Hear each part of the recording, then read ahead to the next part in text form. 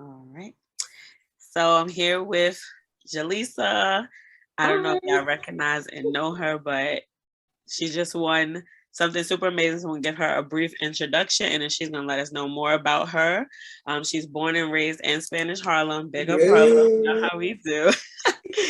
Jaleesa discovered her passion and talent in custom special occasion cakes after attending the prestigious Culinary Institute of America in Hyde Park, New York. Yes, love it. She traveled internationally to France, Italy, and England and Ireland. Okay, come on now. To feed her hunger for education and culture through cuisine, anthropology, and dessert. After graduating, marrying, and the birth of her first child, she started her first business, Sweet Memories by Jaleesa. Sounds so sweet.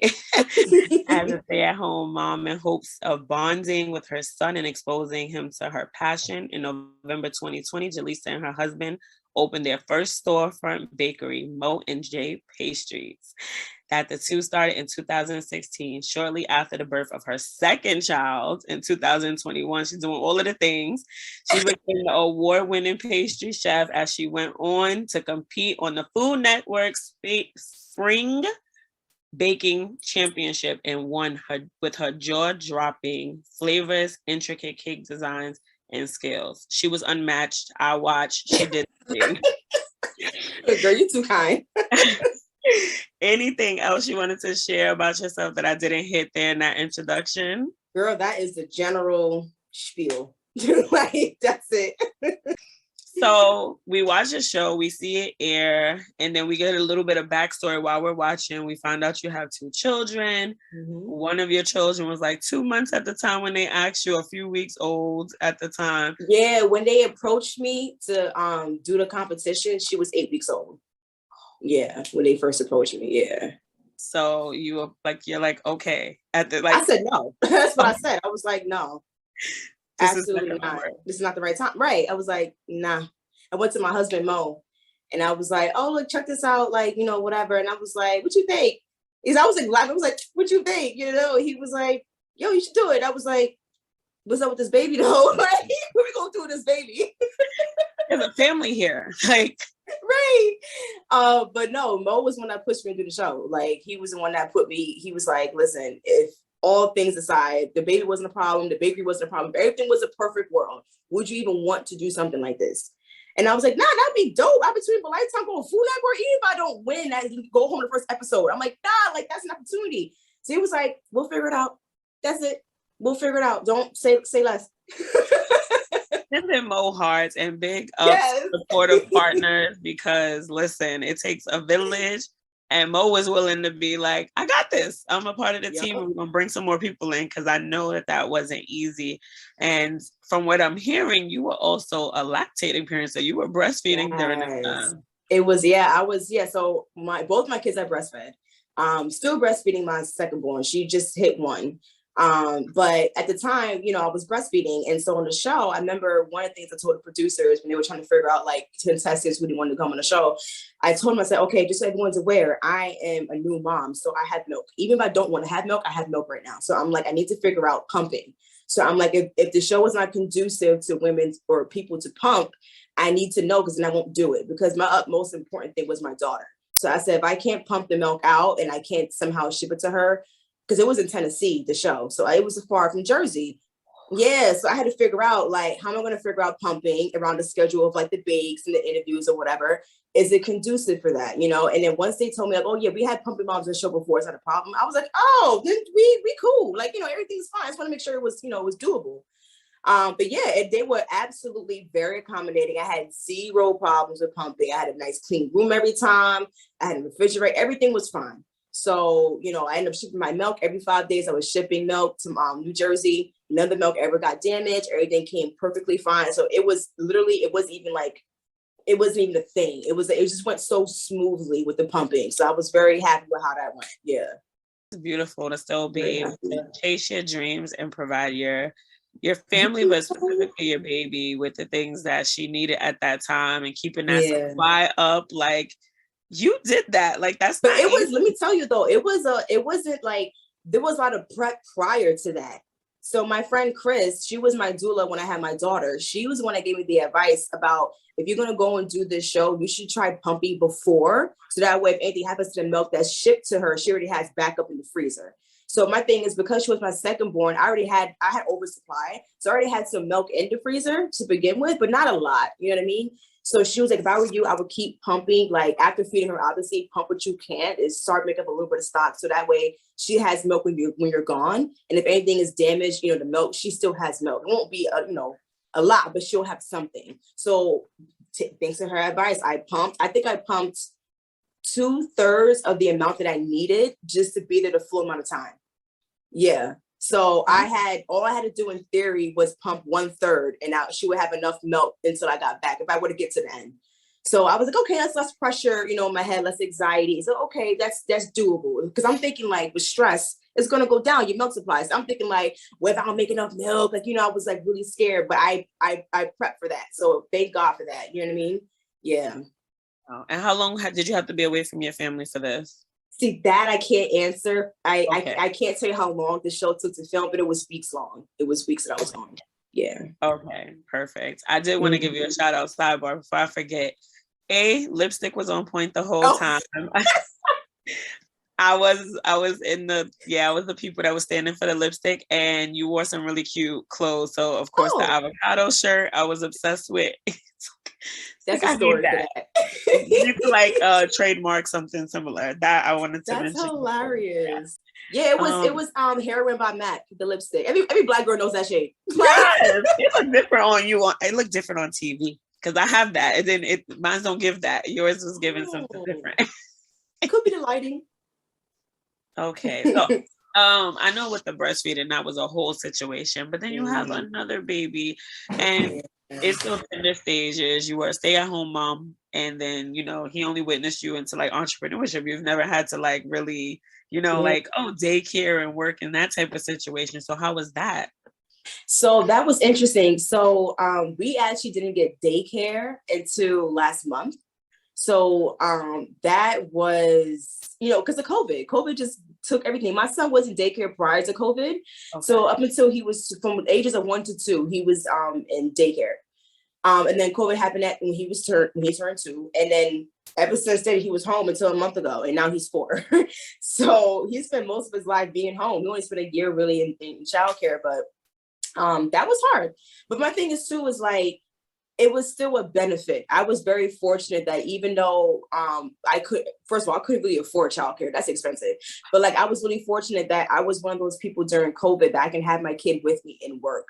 A lot of people did not have that option. So even though it was very hard and it was very challenging, because I deal around with heavy machinery, I got things over the bakery, even though it was definitely had a fair share of challenges, I was still fortunate that I could have my son and my kids with me and safe. Like, I know where they are, they're eating, where I get them, like, they're with me. I didn't worry about paying for childcare, but you're not as productive. So it does get hard when you have 2 kids, and one's a newborn. Obviously, you keep stopping to feed, and so it does have its challenges. But I think having the support of my husband was really helpful because it takes a village, as you say. So I had his support, and he, very supportive.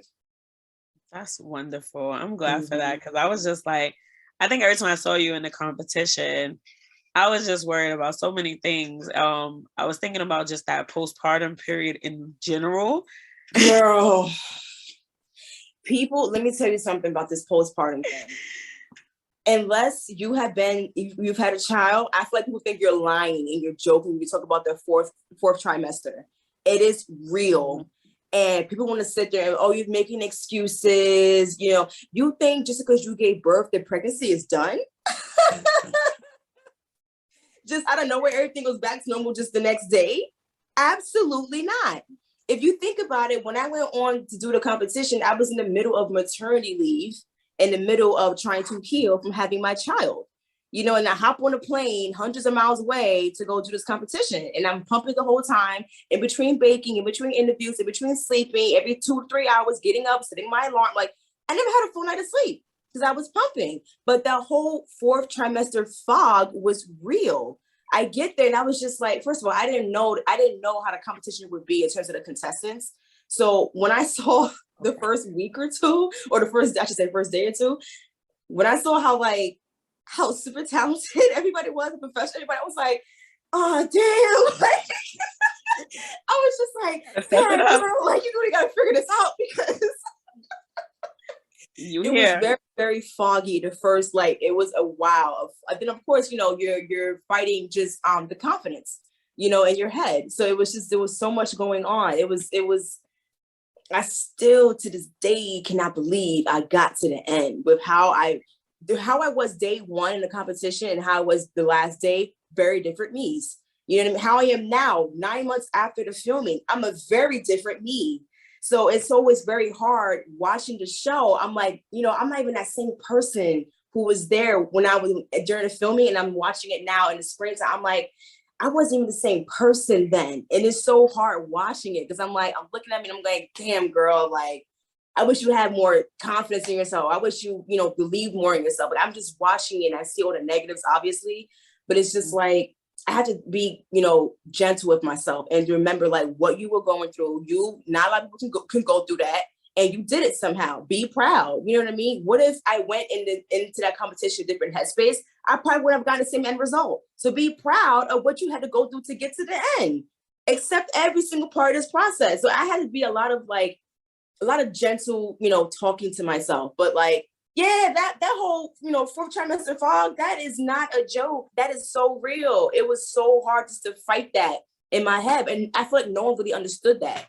You know, it was just so much judgment. I felt like no one really understood that. But I didn't want to sit there and make excuses like, oh, I just had a baby. I was like, nah, suck it up, girl. Like, I ain't trying to be that person with like, oh, she got handicaps. I was like, nah, I'm not gonna do it. I'm not gonna do it. Like, I don't want nothing to say. Like, just forget it. Like, just, you know, figure it out. Harlem girls. Right. Yes, exactly. You know, there's a certain level of like grit and tenacity people are just like expecting from you. Like, you have to, of course, you got to do twice as much to just even get seen. And I felt that watching you. Like, I felt the push of your family. I felt like that ancestral push behind you. Like, I saw in your fight, and I'm getting emotional thing. I was very proud to see, you know, that bounce back. I seen, you know, you were having like an anxiety attack situation. Girl, and I'm like, that's postpartum. Like, I'm yelling, like, she needs like a nap. She needs food. How was that for you?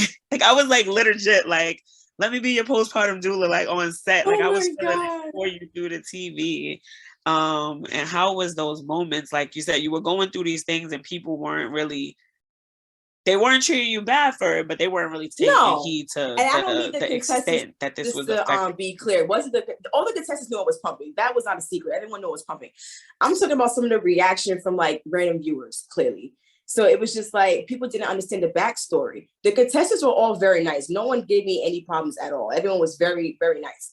But I felt like people just didn't understand the backstory. So I felt the need to go on my social media and be like, look, you know, second episode, I had a panic attack. And this is what happened. Nobody knows, but I just had a baby. Like, I was pumping the whole time, and this is what was going on. I didn't do this. This is my fault. Yes, this is what happened. You know what I mean? So I felt like people just didn't know, and there wasn't a lot of backstory that was told on the show. I felt like I felt obligated in some way to just share the story so people can understand what was going on. So, and it was so interesting about that too, was I didn't realize how many people were like, how many people positively accepted that. Because I thought we'd get more backlash of like, you making excuses, but it was more people being like, oh, I had no idea. Or, wow, you're a mom, you're a working mom, you're a pumping mom. Oh my God, me too.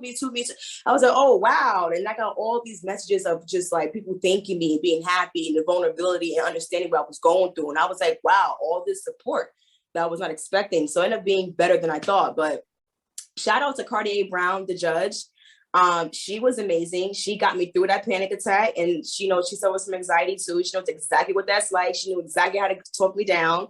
Shout out to her, because I don't know how I would have got through that moment.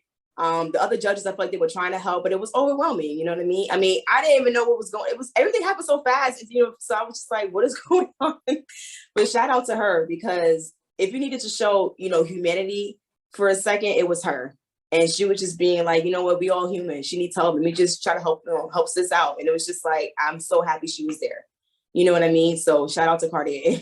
For real. All of her reactions were all of my reactions. I felt like every my thoughts, she was like, saying it. I know her. Like, That's how I felt like every time I thought something about anybody, she was saying it. And I was like, oh, okay. So I could do this job too.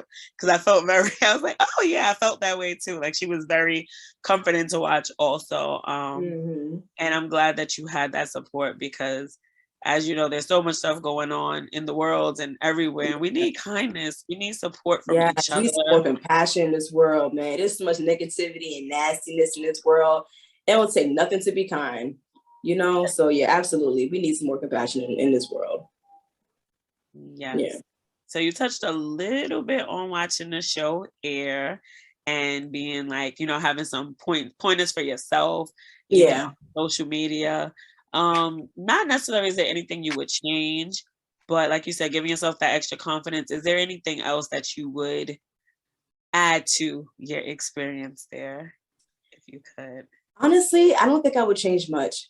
I think based on the conditions that I went to do the competition, I learned so much about myself. And I think because of that, I wouldn't change anything because I probably wouldn't have like learned those same lessons. So I learned a tremendous amount about myself, about, you know, other contestants, what they were doing, flavors. I had no idea I was that good at doing flavors until I got on the show. Like they were always raving about flavor all the time. And I had no idea. I was like, oh, okay, they like what I'm making. Like, you know, so like, I was like, okay, cool. That's just me. I like this stuff. You know what I mean? So it was like, all right, you know, so I learned a lot, even how I'm under pressure. So it's just like, I don't think there's anything, honestly, I would change other than wishing I had more confidence and believing more in myself. But at the same time, it's like I said before, had that not been there, would I have gotten the same result? You know what I mean? Would I have gotten towards the end? Like, was that part of it? Like, I don't know. So I just, you know, there's not much I would change, honestly. I learned a lot. So, no. I love that. I was a little jealous because I am in Harlem and my Jersey fam was, you know, and friends was out going to your bakery and getting all your specialty cakes. You shipped to New York, girl? No, but when you were doing like the whatever showed on the show, you were like doing the bakery that week. Oh yeah, like, yeah. Like, all right, everybody was talking, everybody was raving, they got favorites. They're like, oh, this one is sticking around. I'm like, okay, cool. No problem. So I'm gonna check it out there. I'm gonna figure it out because I need to taste this cake. Everything looked amazing. Everything was well decorated. I was, like I said, when I say I rooted for you, I was rooting for you. Like I was committed to it and I loved it.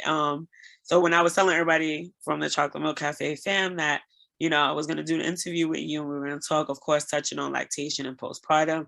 I was like, any questions? And someone asked me to ask you, when do you sleep? Girl, it's team no sleep. That's what this is. It's team no sleep. No, I'm not gonna lie to you. I think I probably sleep somewhere between midnight and like 5:30. Yeah. So I get my sleep, but more so like, you know, but like with the baby, she sleeps through the night. So I get my sleep. Every now and then she doesn't, you know how it is. But for the most part, no, I get some sleep. I get some sleep. Yeah. Oh. I'm the one that takes the kids to school in the morning. So Mo, he gets up way earlier than I do. But I get up a little bit later because I have the kids in the morning. And then once I drop them, I go straight to the bakery and then go to the bakery. Of course, I work and then I leave to go get the kids. And then I come back, do bath time, you know, feed them and then cook the food. But it's hard because it's like, you know, you want to focus so much, of course, on your work life to make sure you have money and like, you know, income. But then it's like, okay, now there's home life. Now we have to do grocery shopping and laundry and who's cooking this. And, you know, so it's hard. It's hard finding that balance. But again, you need a good support system.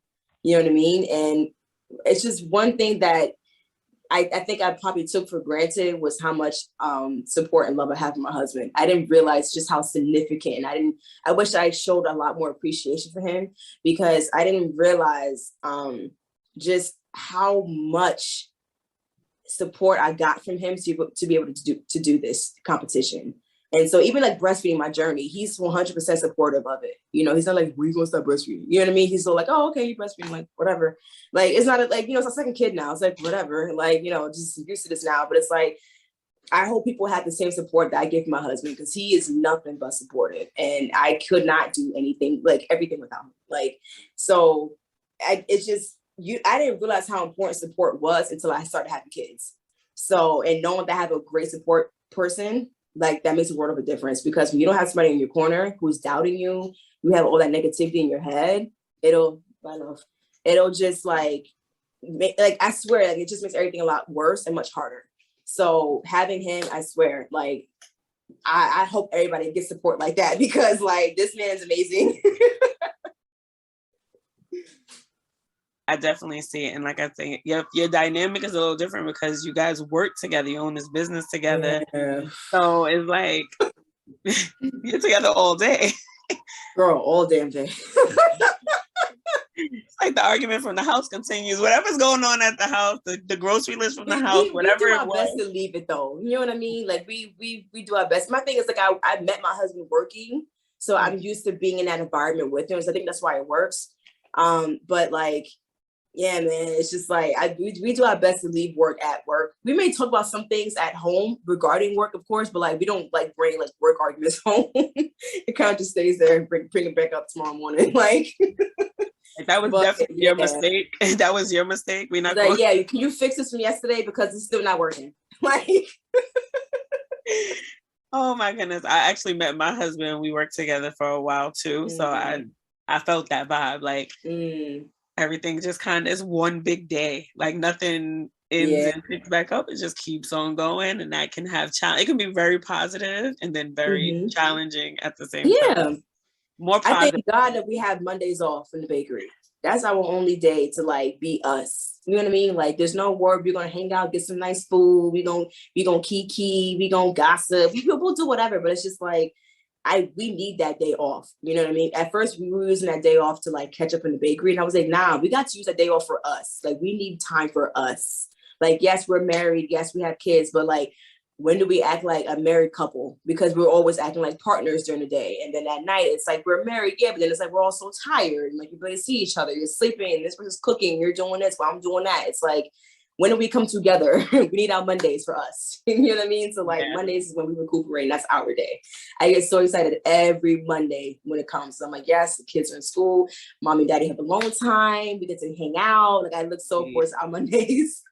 That is so sweet. Yeah. And I think it does become like quality and quantity, like that conversation, right? Because you feel like you see somebody all the time, but you're not having those intimate conversations, those moments, that eye contact, you know, sharing interests or sharing food in that way. Yeah. Like, we're together all day, but we're also like flying around, having lunch separately, taking things on the go. It's not that sit down. So yeah, that is a sweet way to do it. I love that. Taking notes. We also wanted to know over at Chocolate Milk Cafe, how are you managing running a business, your newfound fame, your family, all of the things? I know you spoke about your support from your husband and, you know, setting that day for yourself, but now you're also like recognized, right? Like you're in the street, people know you. Yo, that is the weirdest thing. Can you imagine going to the grocery store, just picking up some apples? Hey, were you on Food App? I'm like, I don't think I'm a recognizable face. I feel like I look very regular. So I'm just, I know my hair changes, but like, I feel like I look really regular. So I'm like, how do you recognize me out of all these people here? You know what I mean? So that was the weirdest thing, going to the grocery store. People were like, hey, you were on that show. I'm like, no way. You know what I mean? So it's weird. I'm like, yeah, that's me. Oh my God, we loved you. We're rooting for you. Like, oh my God, thanks. You're famous. Never know. But yeah, like that's weird. But to answer your question, honestly, I'm still trying to figure it out. So it's been what, 2-3 weeks since the finale has aired. And that first weekend of the show was Mother's Day. So it was perfect timing. Sales, of course, were like super high, right? But like, you know, trying to recuperate from that rush and from all the work, it's been very challenging balancing. It's been a lot of very long hours. Like the whole point of like what Mo and I were trying to do was like, okay, we work from 8 to 5. Those are the bakery hours. We need to stop working at 5. We should not be going home and answering emails, answering clients, sending invoices. We should be going home and just being with the kids or eating, being together, you know, cooking, like just being home life. Like this is our time. We got to separate it. It has been really hard to try to do that because the first few weeks, it was not that. The first few weeks, it was nonstop working every single hour of the day. I came home and I had my laptop and I was still working, sending invoices 2 o'clock in the morning, staying up 3 o'clock, updating the website, doing, you know, because it's just me and Mo. I don't know if people realize that it's just me and Mo. We don't outsource anything. So all the social media I handle, all the clients we do together, all the baking we do. Now we have one person that we hired named Anthony. He's our sous chef. So it's us three baking. But everything else in terms of the behind the scenes that makes Mo and Jay like function, that's only me and Mo. So it's just like, it's a lot of work. So it was hard. So like this week we were trying to focus in on how can we leave work at 5? You know what I mean? It's like, okay, now like I know it's been like a lot of, you know, things been going on, a lot of like, you know, publicity, a lot of interviews, I get that, we get it, we're adapting, but now we kind of have to get more organized. But I'm like, yes, but no. I'm like, this is the time now. We have to just really, you know, take the opportunity now and run it and ride the wheels so it rides off, because like, this is what it is now. So it's going to be a long few next couple months. Fine. But like, we need to ride this wave now. So in my head, like I'm with you, but I don't want to just miss opportunity because I don't want to answer emails after 5. I'm like, I need to see what's going on. So we're kind of disagreeing a little bit on that. You know what I mean? But like, honestly, it's been 3 weeks and I still feel like I'm still trying to find that balance with like work life and home and like the bakery, and it's with the kids, it's hard. So the kids, I feel like they're stable for the most part, you know, because like they're in school and that's very consistent for them. And then with me in the morning, I get them at night. So we still have that. But on the weekends, it's hard. The weekends are in the bakery with us. And it's just like, it's the busiest days. And then you have 2 kids you gotta look after while you got customers, while you're trying to make people happy and like take orders. The weekends are so unbelievably hard. And I really want to get a sitter, but I'm like, if I get a sitter, I'm never gonna see my kids. You know what I mean? They'll be in school and they want to sit there all weekend. I'm like, I'm never gonna see my kids. I don't want that. You know what I mean? So it's kind of fighting what you really want, what you really need. So it's trying to find that balance. I can't answer you. I'm still finding it. I'm still trying to figure it out every day, man. Trying to figure it out. I feel you on every level. I'm telling you, every time you say something, like, yeah, all of that is it's the same. Like at one point, we're going to have to outsource some things, like maybe having someone help me with PR or like, you know, social media posting or something. I don't know. But like right now, it's just us. And we can't do it all. We can't do it all, man. Between these 4 hands, man, we can't do it all. So something's got to give. Come on. And I was like, no, it seems like you need a team. Like, you need like... Girl, you know, I some team money. You know what I'm saying? Like...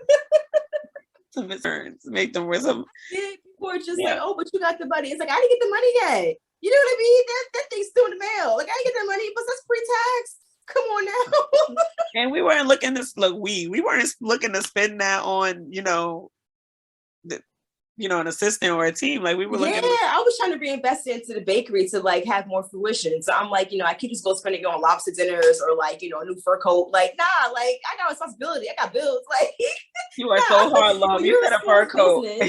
As I'm sure a lot of people can relate to, when you're a small business, you have high expenses. And so for me, like that money, once it does come, I can blank that in one transaction if I really wanted to, you know what I mean? But it definitely still helps my business. But it's like, yeah, it's not so free for all this money. That's not how this works. It was spent before you won it. Like I had a list, a wish list before I even won this money. Definitely has a place for it.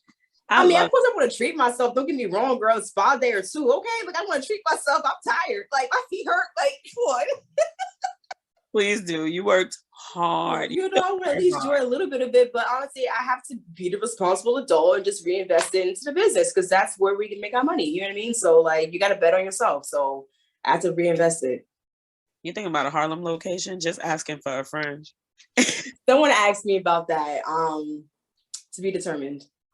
Okay, I love that. I'll take that. I'll take that as possible. I like that. And you're still nursing your 1-year-old, you said, right? Yeah, still nursing. Now she's begun to wean, so it was a little bit emotional.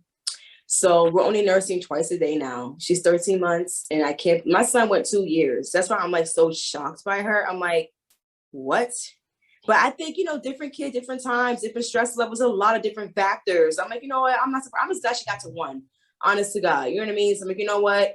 None of my kids thankfully had to have formula. I'm happy I was able to breastfeed and like they got what they needed. So I'm happy to make it to a year, both my kids. So if they go anything after that, to me, it's a plus. So I'm happy that they, you know, she's still nursing. She likes nursing.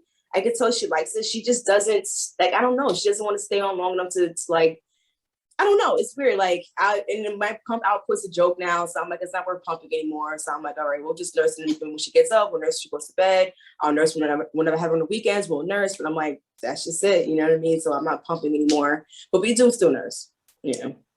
Oh, that's beautiful. I know you went from seeing like milk you could ship home to now you're like, my pumping supply is not. It's crazy. When I got back home, I actually was able to donate that milk. I had so much milk. I think it was 150 ounces. I ended up donating to this mom in damn, where was she? It was far. I remember it was far. I don't know if it was Ohio or like, I don't remember, but I know it's not like in the near area. But I know she's been in milk because I had all this milk in my freezer and I still had a decent supply when I got back from the show.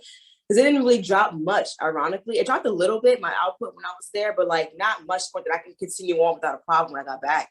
And I had all this milk that I was like, I'm not going to use because like we're nursing. Like I'm not going to need this milk. So I remember seeing like a Facebook group for like milk to donate for like moms of color. And went on there and I was like, okay, guys, I have milk. And it was all these bids. And I started to feel bad because I was like, damn, I want to give it to one person. You know what I mean? So first come, first serve, you know, it's like shipped it to this woman and she got the milk. And I was so happy. There was one mom, I think nearby, I gave her milk to. She was in Jersey. I think she was in Newark. I gave her some milk too. And then that was it. And then like, you know, and then when she was in daycare, I had some milk still in the freezer, gave her milk in the freezer and like whatever I could pump out. And then eventually it was just, there was none left. And I was like, all right, we cool. Like she got the milk, people got milk, babies got milk. I'm happy, you know. So you did a lot of things because like donor milk is really important, supporting your community, supporting women of color, being on a champion, being on a, like competing on a show and winning, being a mother, a wife, a bakery owner. Like that was, you say it real like even tone, like it was regular, but like I want you to hype yourself all the way up because like you're in it, you're living it. You don't feel, I don't like, you know what I mean? I don't look at it that way. So I just kind of feel like, you know, these things all happen gradually. I didn't do all these things at one time. You know what I mean? Like all these little things kind of happen gradually. They were like little events that happened, you know. I just kind of feel like, I don't know, I can't describe it. I love the way you say it, like these little events that happen. I'm like, damn, like it's not gonna be like these are life-changing things. I just mean, like, you know, they didn't all happen at once, but I got married, got a business, all these things all at one time. They kind of gradually happened, you know. And when things came, I just kind of took it and did what I could with it. Yeah, like I always try to help people. I just kind of feel like I said, this world sucks, man. Just be kind, do what you can, be a good person. Like I'm a huge believer in karma, good and bad. And so I believe you get out what you put in. So like I want good juju. You know what I mean? So I'm gonna just give out all the positivity that I can. Like, how do you look at your life now, being a brown girl from Harlem to where you made it to? Like, you made it. Like I'm giving you that. Like you made it. You don't have to think it for yourself. Cause I know we're always harder on ourselves, but like, yeah.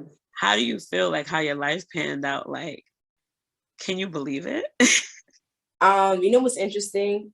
I don't think it really hit me until I had a woman who interviewed me for a newspaper write-up in New Jersey.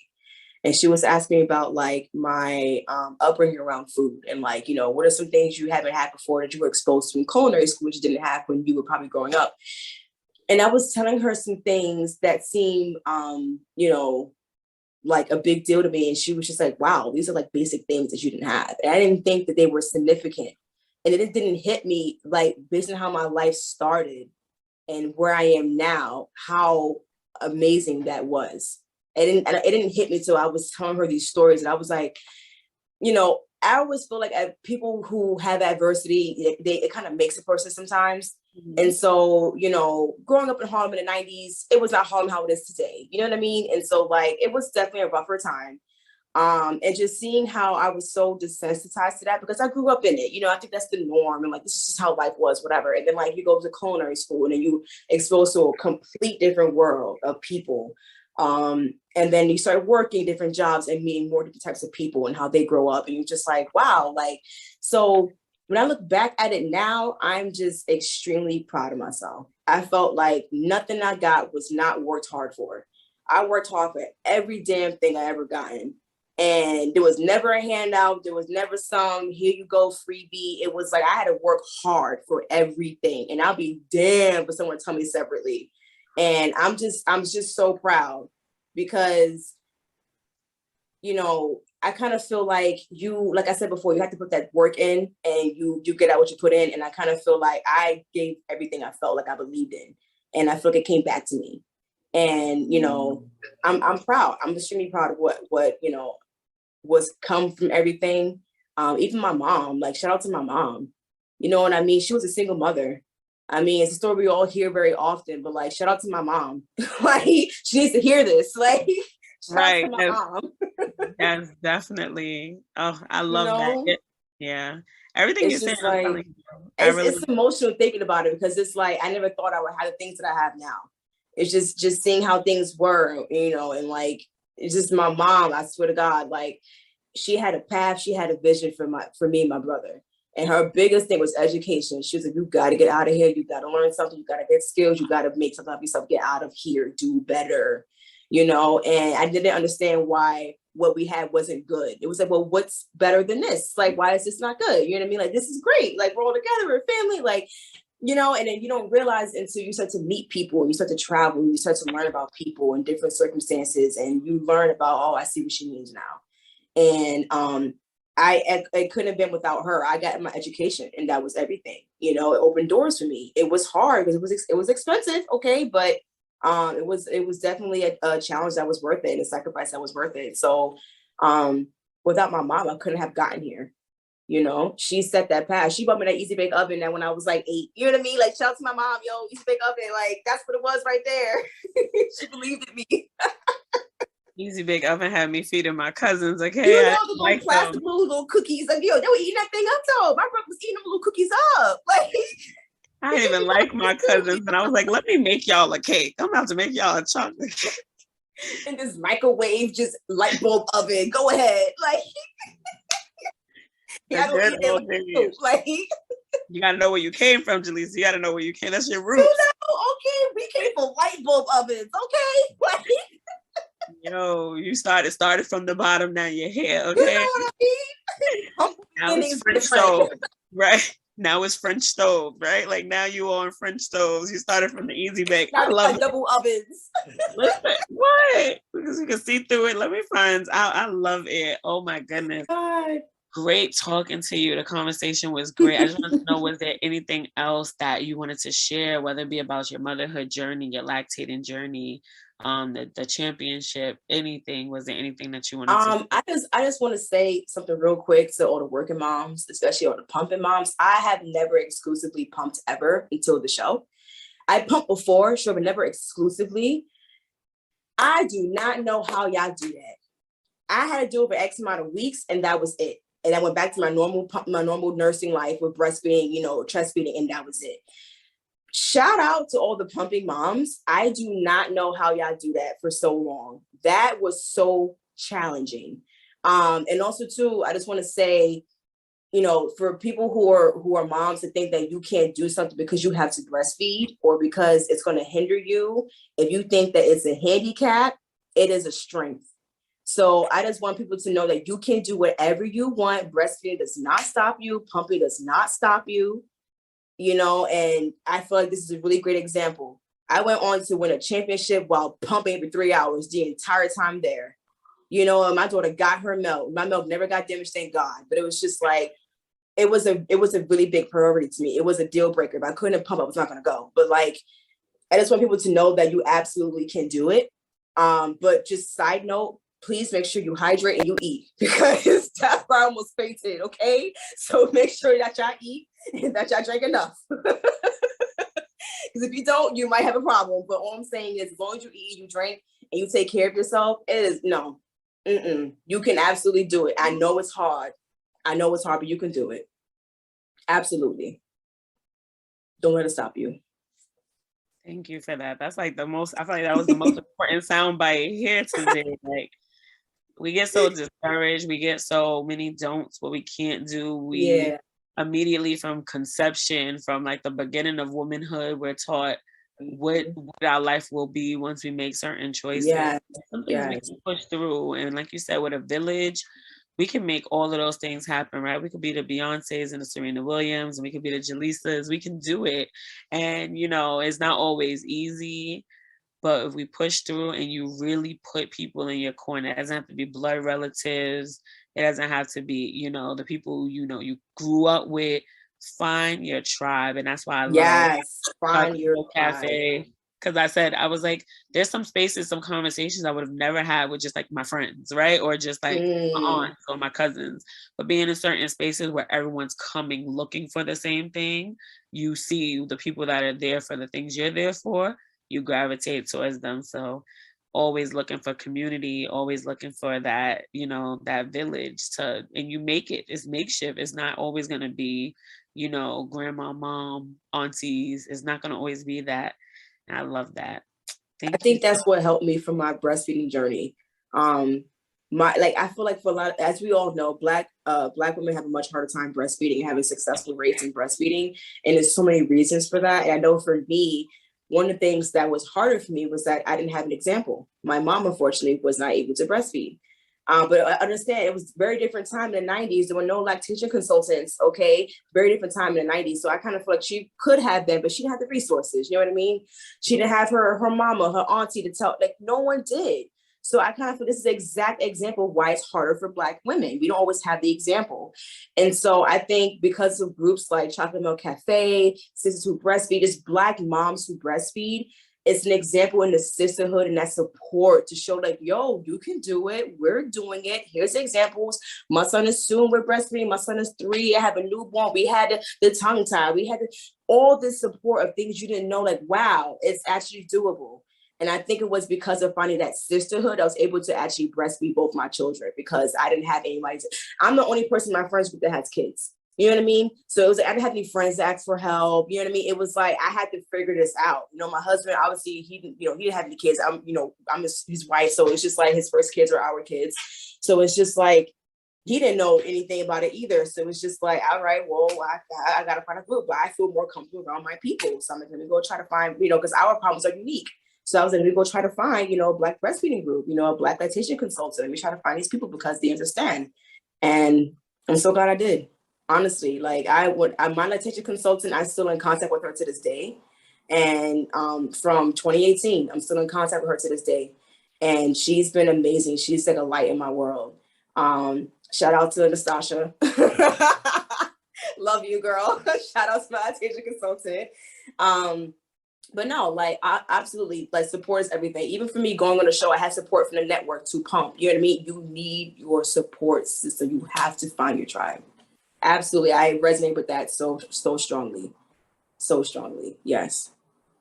I love it. I love it. I love it. Again, thank you so much for your time. I know you're super busy. You're doing all of the things. So I appreciate you. Chocolate Milk Cafe appreciate you. We are rooting for, like always rooting for you. I'm rooting from afar, but I will be in town soon. And hopefully we can connect again. Yes. Harlem Girls link up. Like I'm super proud of you. And thank you so much again for your time. Thank you so much too, Janelle. Thank you for having me.